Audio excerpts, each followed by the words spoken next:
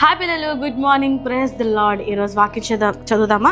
కీర్తనలు 33:1 సహోదరులు ఐక్యత కలిగి నివసించుట ఎంతో మేలు, ఎంతో మనోహరము.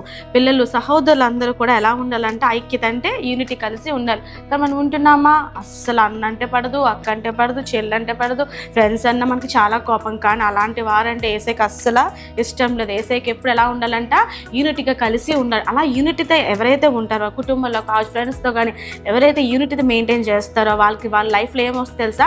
ఆశీర్వాదం, అంటే great blessing, ever lasting blessing. అలాగే మనకి శాశ్వత జీవం కూడా దేవుడికి ఇవ్వడానికి సిద్ధంగా ఉన్నాడంట. సో ఇలా మనం ఎప్పుడైతే యూనిటీ కలిసి ఉంటామో మనకి బలం కూడా ఎక్కువ ఉంటుంది. సో ఇలా మనం అందరం కూడా ఎప్పుడు కూడా ఫ్రెండ్స్తో, ఫ్యామిలీ మెంబర్స్తో, సిస్టర్స్తో అందరితో కూడా కలిసి మనం ఉన్నట్లయితే, అలా కలిసి ఉన్నప్పుడు మనం ఏం చేయాలి? చక్కగా కూర్చొని కబుర్లు కాదు, మనం వాక్యం గురించి మాట్లాడుకోవాలి, దేవుని గురించి మాట్లాడుకోవాలి. అప్పుడే మనకి ఏమొస్తుంది? ఎవర్ లాస్టింగ్ బ్లెస్సింగ్స్ దేవుడు మీకు ఇవ్వడానికి సిద్ధంగా ఉన్నాడంట. మరి అందరూ సమాధానంగా ఉంటారు కదా పిల్లలు. God bless you. Have a nice day.